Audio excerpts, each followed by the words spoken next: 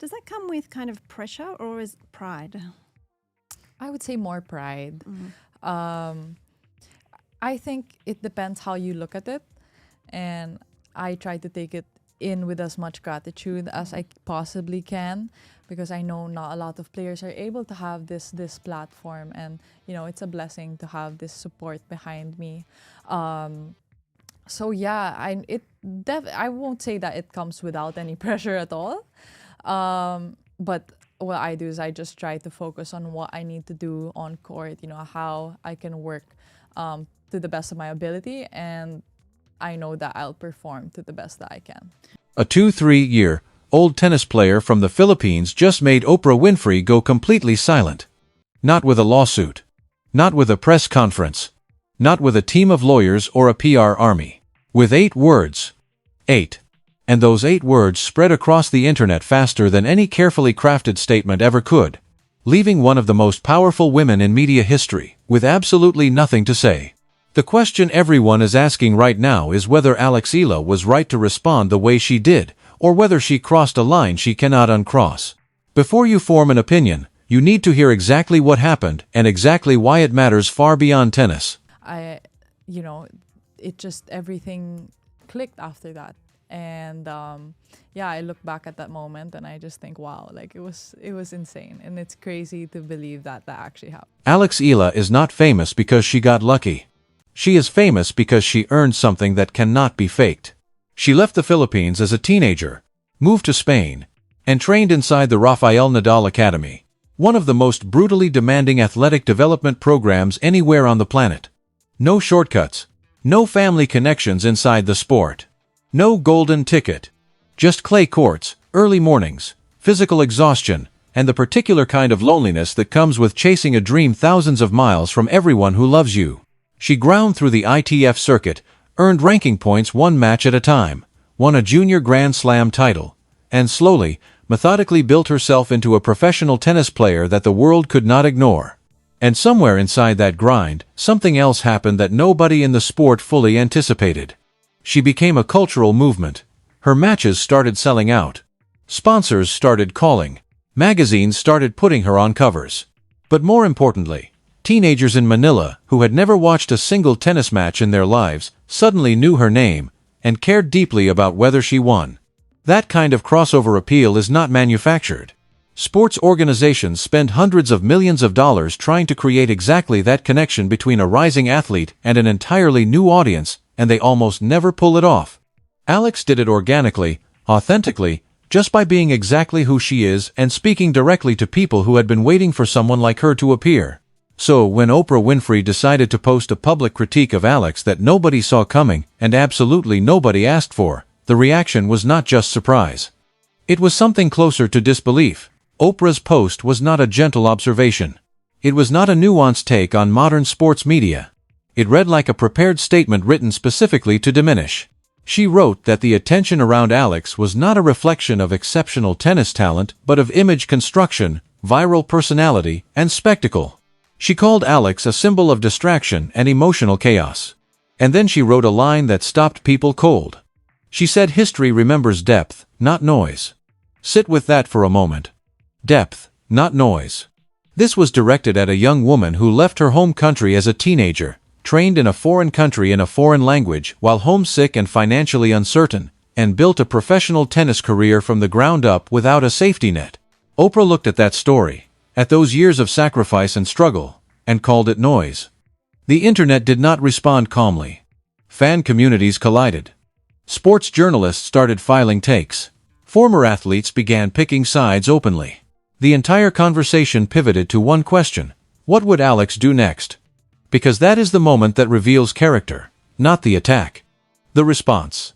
Most young athletes in that position take the safe road. They let a publicist draft a statement that says everything and nothing simultaneously. It is polished, inoffensive, diplomatically meaningless, and designed entirely to make the controversy evaporate as quickly as possible. You protect the brand. You avoid direct conflict with powerful and well-connected people. You wait for the news cycle to move on, and you never, under any circumstances, say what you actually think.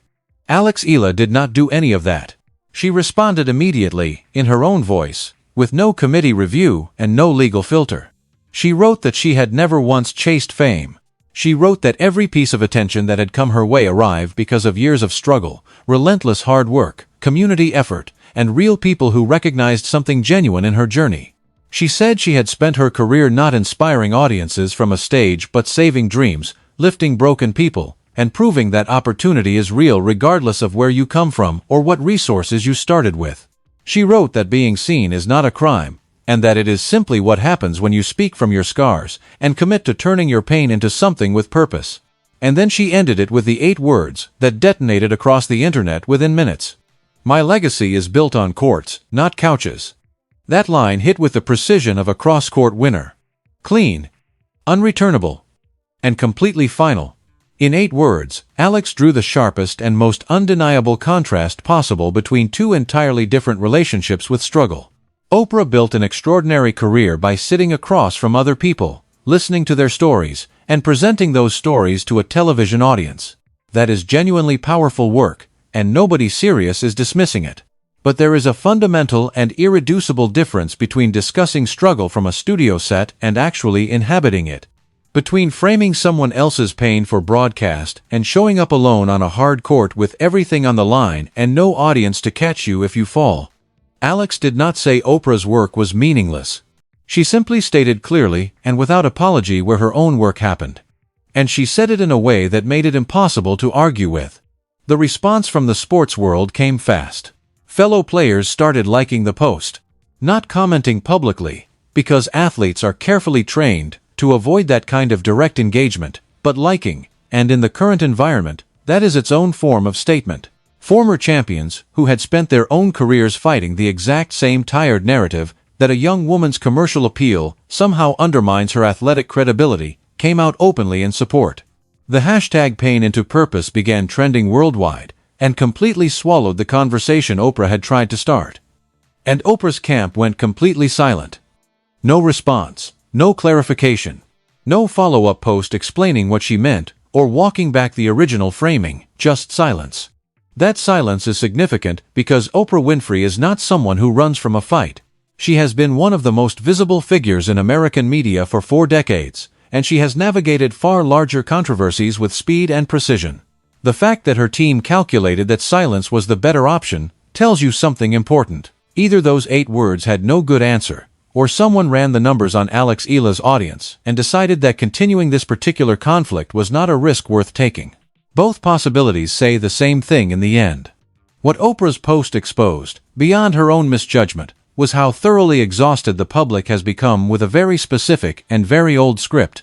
The script works like this. A young female athlete becomes successful through genuine talent and relentless effort. She also becomes marketable because she is compelling and people connect with her. Someone in a position of cultural authority then suggests that the marketability is evidence that the success is not real. The athlete is forced to defend achievements that should never have required defending in the first place. Anna Kournikova was a world-class doubles player and a genuine top 10 singles competitor, and the media spent years reducing her entirely to her appearance and using her commercial success as proof that she was not serious about the sport. Maria Sharapova won 5 Grand Slam titles across multiple surfaces and spent her entire career being asked whether her fame was really earned or just a product of her image. Emma Raducanu delivered one of the most statistically extraordinary performances in recent Grand Slam history, winning the US Open without dropping a single set across qualifying rounds and the main draw, and within months of signing brand deals, the conversation had already shifted to questions about her commitment. The template is always the same, and Oprah's post followed it so precisely it could have been generated by a formula. Alex Eala's viral personality is a distraction. Her spectacle is replacing substance. Being everywhere is not the same as mattering deeply. What this analysis consistently misses is that the playbook changed completely and the people still working from the old version have not caught up. The old model of platform and validation operated through gatekeepers. You had a story. A publicist pitched it to a producer. An executive approved it. A powerful host invited you to sit across from them, and that was how your story reached the world. The couch was the gateway. If someone like Oprah decided your narrative was worth amplifying, it got amplified. If not, it simply disappeared. Alex Eala does not need a gateway. She picks up her phone, speaks directly from her actual experience, posts to millions of people who have been waiting their entire lives for exactly that voice, and the platform builds itself without a single executive having to approve it. No gatekeeping required. No couch necessary. When Alex talks about saving dreams and lifting broken people, she is not performing inspiration. She is describing something real and specific. She is describing what happens inside a young girl in a developing country with limited resources when she watches someone who looks like her competing at the highest levels of a sport that has historically been expensive, exclusive, and demographically narrow. That girl looks at Alex and thinks, for the first time, that maybe this sport could belong to her too. That moment is not noise. That is one of the most meaningful things that sport as a cultural institution can produce. And the fact that it simultaneously generates followers and sponsorship deals is not a contradiction of its authenticity. It is what makes it sustainable. Those commercial relationships give Alex the financial independence to keep doing this on her own terms, rather than being entirely dependent on prize money, and the institutional goodwill of tournament organizers who could withdraw support at any moment. Here is the part of this story that carries the most irony. Oprah Winfrey's entire career was constructed on exactly the same principle. She told her own story. She spoke publicly from her own pain and her own history. She built a media empire by connecting deeply with audiences who had never seen themselves represented in mainstream television. She transformed personal struggle into cultural influence and generational wealth. That is not a criticism. That is an accurate description of one of the most remarkable careers in the history of American media. But apparently the formula only counts when Oprah is the one who decides it is being used correctly. The WTA right now is navigating a transition that requires exactly what Alex brings to the sport. Serena Williams retired and left behind a gravitational absence that no single player can fill alone.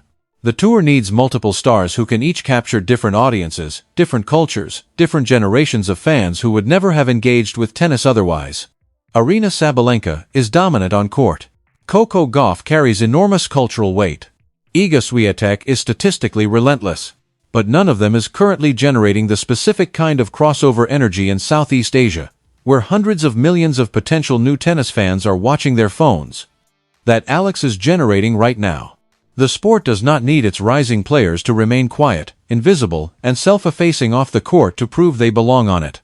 It needs exactly what Alex is: genuinely compelling, deeply connected to communities that traditional sports broadcasting has overlooked for decades, and completely uninterested in shrinking herself to make other people comfortable. There is a teenager in Manila right now who picked up a racket for the first time because of Alex Eala.